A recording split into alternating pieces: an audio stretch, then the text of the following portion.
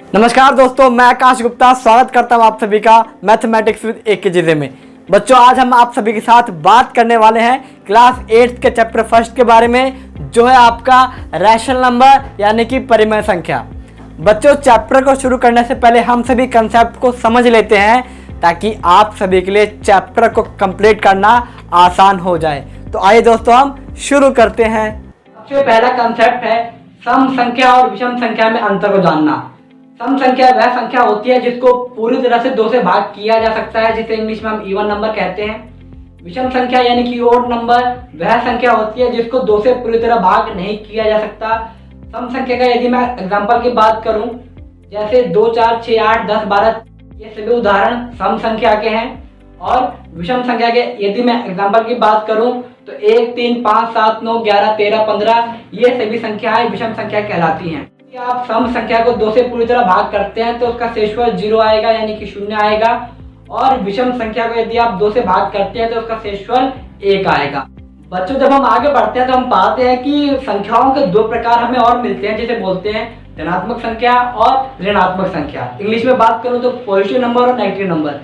Positive number वो number होते हैं जिसके आगे प्लस का निशान आपको देखने को मिलता है, नेगेटिव नंबर के आगे आपको माइनस का निशान देखने को मिलता है। और यदि किसी भी नंबर के आगे आपको निशान देखने को ना मिले तो इसका मतलब वो पॉजिटिव नंबर में ही माना जाएगा।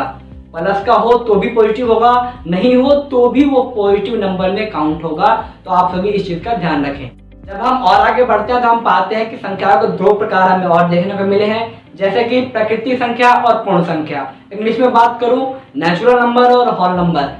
प्राकृतिक संख्या वह संख्या होती है जिसका आरंभ 1 से होता है, यानी कि जो 1 से शुरू होती है और 1, 2, 3, 4, 5, 6, 7 ऐसे करते हुए अनंत काल तक ये चलती ही रहती है। पूर्ण संख्या वह संख्या होती है जो 0 से शुरू होती है, यानी कि 0, 1, 2, 3, 4, 5, 6, 7, 8, 9, 10 ये करते हुए आगे अनंत काल तक चलती ही रहती है। दोस्तों, प्राकृतिक संख्या जैसे 1, 2, 3, 4, 5 मैंने अभी आप सभी बताया। पूर्ण संख्या जैसे 0, 1, 2, 3, 4, 5। तो दोस्तों, हम यहाँ पे कह सकते हैं कि सभी प्राकृतिक संख्याएं पूर्ण संख्याएं होती हैं। बच्चों, जब हम आगे बढ़ते हैं तो हम पाते हैं कि संख्या का एक प्रकार हमें और देखने को मिलता है, जिसे हम बोलते हैं परिमेय संख्या, जो हम इस पूरे चैप्टर में पढ़ने वाले हैं, जिसे इंग्लिश में बोलते हैं रैशनल नंबर। अब इसका मतलब क्या होता है, आप सभी फटाफट से कॉपी पेन निकालें और इस चीज को लिख लें। जिस संख्या को हम P/Q के रूप में लिख सकें, जहां पर P 0 हो जाए और Q 0 ना हो, तो वैसी संख्याओं को हम परिमेय संख्या यानी कि रैशनल नंबर कहते हैं। यहाँ पे कंडीशन क्या है, P/Q का मतलब होता है, P का मतलब अंश है, न्यूमरेटर इंग्लिश में बोलते हैं। ऊपर वाले पार्ट को P बोलते हैं हम, नीचे वाले पार्ट को Q यानी कि डिनोमिनेटर हर कहते हैं। ऊपर वाला पार्ट 0 हो चलेगा, कोई दिक्कत वाली बात नहीं है, लेकिन नीचे वाला पार्ट गणित में मैथ में 0 नहीं होना चाहिए, क्योंकि अगर ऊपर 0 होगा तो आंसर 0 आता है, जो कि मैथ में एग्जिस्ट करता है। पार्ट अगर 0 होता है तो आंसर डिवाइड करने के बाद इन्फिनिटी आएगा, परिभाषित आएगा, जो कि मैथ में एग्जिस्ट नहीं करता। इसलिए आप सभी को ये कंडीशन समझनी आवश्यक है कि नीचे वाला पार्ट 0 ना हो, ऊपर वाला 0 हो जाए चलेगा। जैसे 0/4 आंसर 0 आएगा, मैथ में एग्जिस्ट करता है, परिमेय नंबर हम कह सकते हैं। अगर 4/0 करोगे, 4/0 आप करते हो तो इसका आंसर इन्फिनिटी आएगा, परिभाषित आएगा, जिसको हम इस साइन से डिनोट करते हैं, जो कि मैथ में एग्जिस्ट नहीं करता। तो इस चीज को हम समझते हैं। बच्चों, जैसा कि हम सभी कंसेप्ट को समझ चुके हैं, आप सभी odd number, even number, positive number, negative number, सम संख्या, विषम संख्या, धनात्मक, ऋणात्मक, परिमेय संख्या यानी कि रैशनल नंबर क्या होती है, किस सिंबल से डिनोट करते हैं हम उसको, और क्या क्या कंडीशन आपको ध्यान रखनी है, ये सभी चीज़ें हम समझ चुके हैं। दोस्तों, आगे हम बात करते हैं कुछ रूल्स के बारे में, जिन रूल का यूज़ करेंगे हम चैप्टर फर्स्ट को करने के लिए। सबसे पहला रूल आपका, जिसे हम कहते हैं रूल्स ऑफ प्लस माइनस। बच्चों, हमारा सबसे पहला रूल है जिसे हम कहते हैं रूल्स ऑफ प्लस माइनस।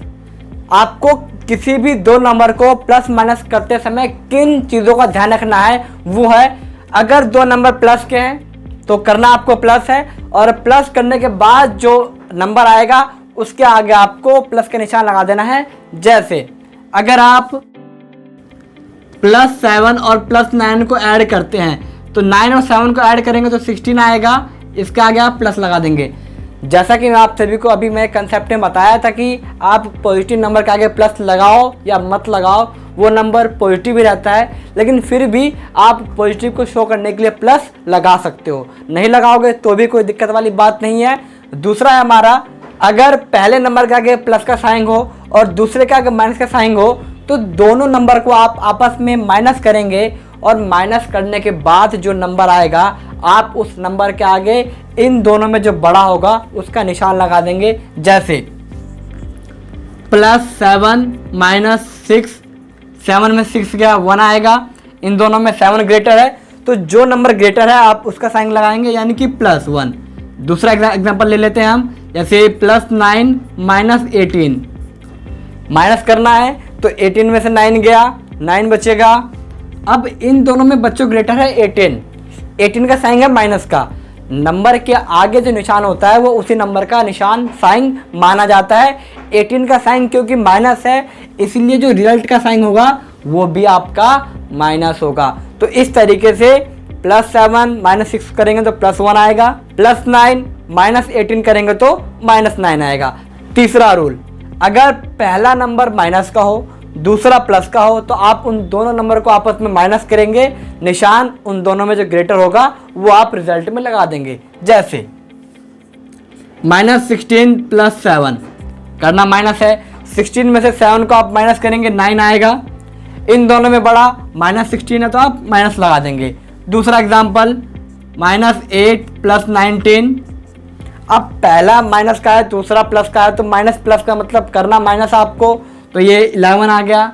निशान कौन सा आएगा, जो उन दोनों नंबर में बड़ा है, बड़ा 19 है, 19 का निशान प्लस है तो रिजल्ट का निशान भी आपका प्लस होगा। रिपीट कर देता हूँ, -16 + 7 करेंगे तो आपका -9 आएगा, -8 + 19 करेंगे तो आपका +11 आएगा। लास्ट रूल, अगर दोनों ही नंबर माइनस के हो तो आप उनको प्लस करेंगे और निशान आप माइनस का लगा देंगे। कैसे, -7 -19, माइनस माइनस करेंगे आप प्लस, किसको करेंगे, नंबर्स को आप प्लस करेंगे।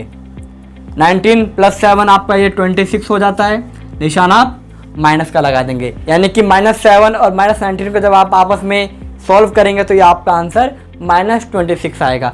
इस तरीके से हम समझते हैं रूल्स ऑफ प्लस और माइनस को, जो आपको मैथ आप जब तक भी करेंगे तब तक आपको ये यूज़ करना पड़ेगा।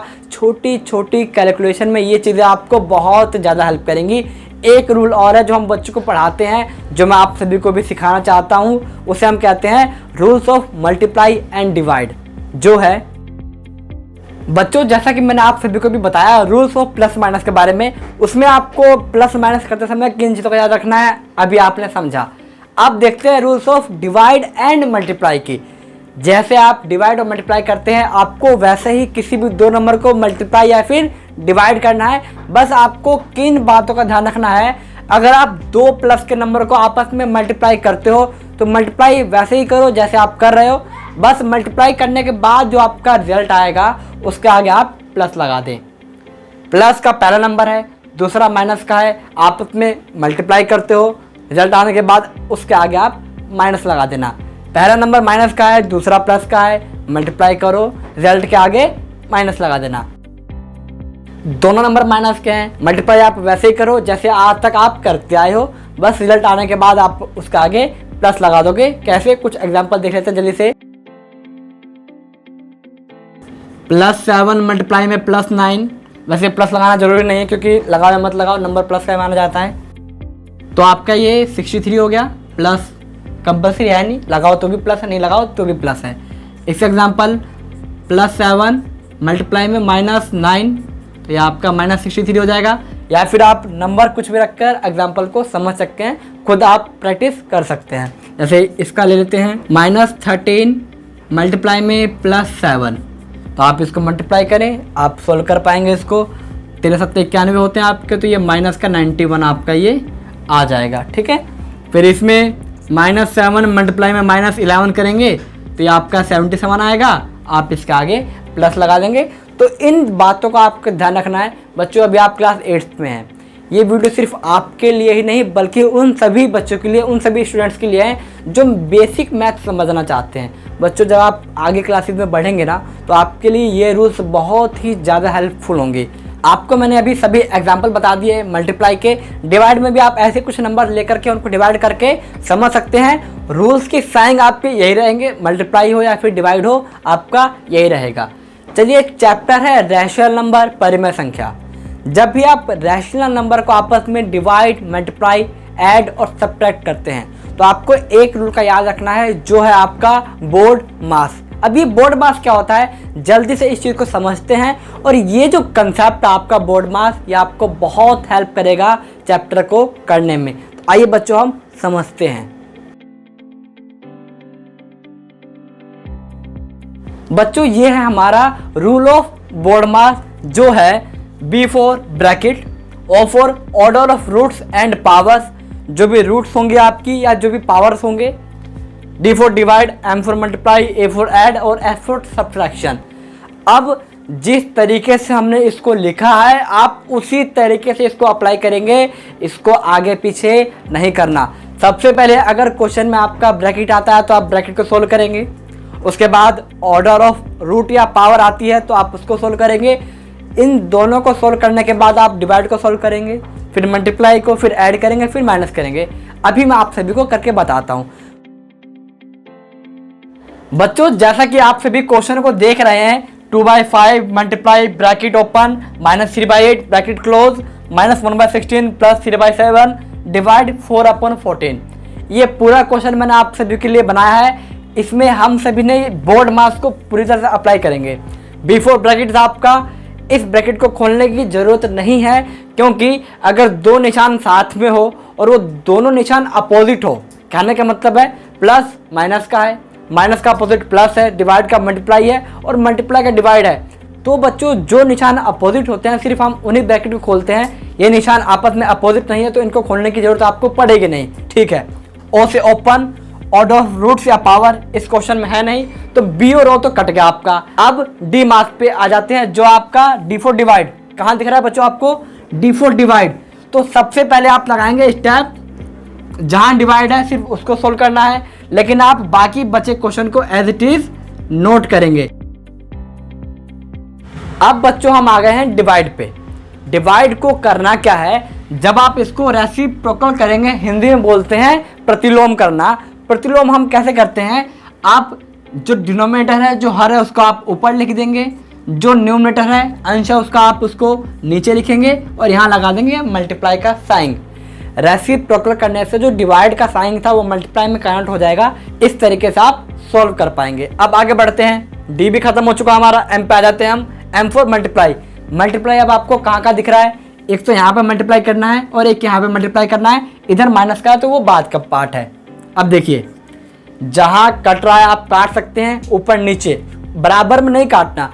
अब ध्यान रखना, जब भी हम दो रैशनल नंबर को मल्टीप्लाई करते हैं तो ऊपर की ऊपर मल्टीप्लाई करनी है और नीचे की नीचे मल्टीप्लाई करनी है। इस चीज़ का आप ध्यान रखना, बहुत ही ज़रूरी चीज़ है। तो 2 से 8 कटता है 4 पे, तो आप 1/5 मल्टीप्लाई में -3/4 लिख सकते हो। ठीक है, मैंने आपको और सिंपल कर दिया है। आप इसको डायरेक्ट भी कर सकते हो, यहाँ पे भी कट रहा है तो आप इसको भी काट सकते हो। जैसे 7 के टेबल में 14 2 पे आता है, तो 3/1 मल्टीप्लाई में 2/4, आप इसको भी काट सकते हो चाहो तो। ठीक है, नहीं काटना तो आप इसको छोड़ दो। ठीक है, ऊपर के ऊपर मल्टीप्लाई तो -3/20 आ गया। कुछ ना हो तो प्लस होता है, मैंने अभी आपको बताया था थोड़ी देर पहले। ये कुछ नहीं करना है इसका, तो इसको सेम टू सेम हम उतार देंगे। इसमें भी ऊपर के ऊपर 6/4। आप 2 को 4 से काटना चाहो तो आप काट सकते हो, मैंने नहीं काटा, अभी बताऊंगा आपको मैंने क्यों नहीं काटा।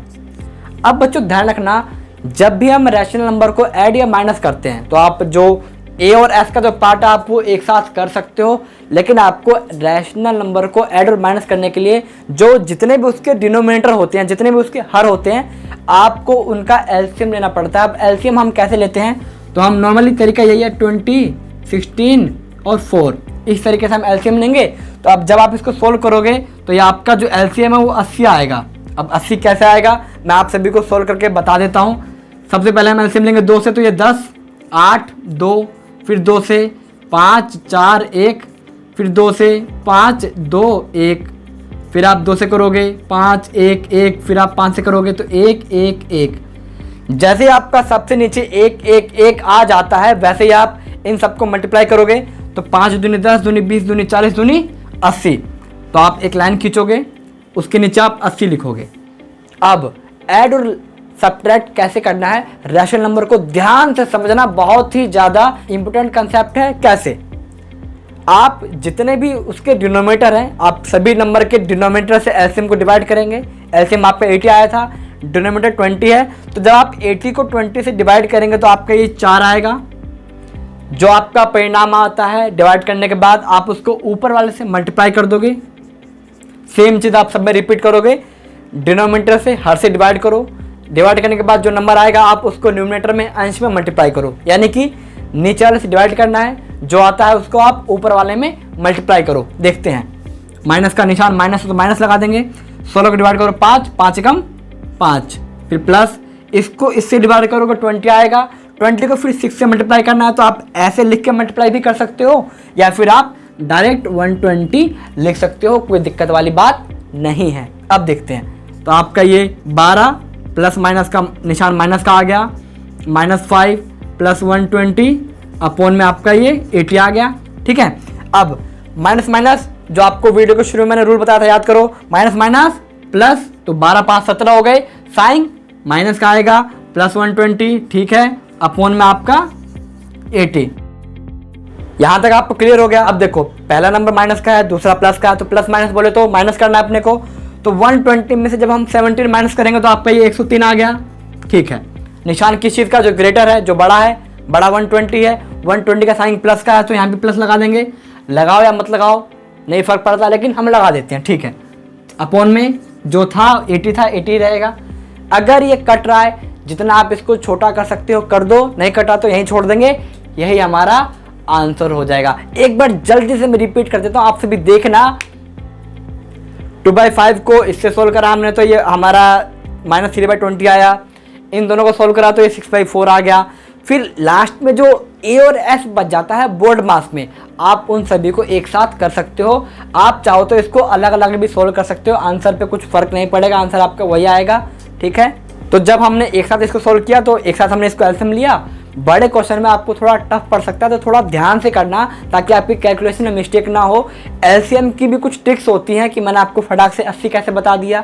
इसकी जो ट्रिक्स है, एलसीएम कैसे निकालें, जल्दी से मल्टीप्लाई डिवाइड ऐड सब्ट्रैक्ट कैसे करें, इन सब की जो वीडियोज़ हैं वो आने वाले टाइम में हम आपके लिए लाते रहेंगे। तो बच्चों, वीडियो हमारी यहीं पर ख़त्म होती है। मैं उम्मीद करता हूँ कि आप सभी कंसेप्ट को समझ पाए होंगे। यदि आप सभी को वीडियो पसंद आए तो वीडियो को लाइक करें, अपने दोस्तों के साथ वीडियो को शेयर करें ताकि वो लोग भी समझ और सीख पाएँ। दोस्तों, यदि आपने अभी तक हमारे चैनल को सब्सक्राइब नहीं किया तो सब्सक्राइब करें, और आपके एक राइट साइड में बेल आइकन है उसको भी हिट कर लें ताकि आप सभी को आने वाली वीडियोस की नोटिफिकेशन प्राप्त हो सके और आप कभी सीखना ना रोकें, क्योंकि सीखेंगे तो आगे बढ़ते रहेंगे। दोस्तों, फिर मिलते हैं अगली वीडियो में, तब तक के लिए नमस्कार, खुश रहिए, स्वस्थ रहिए, सीखते रहिए।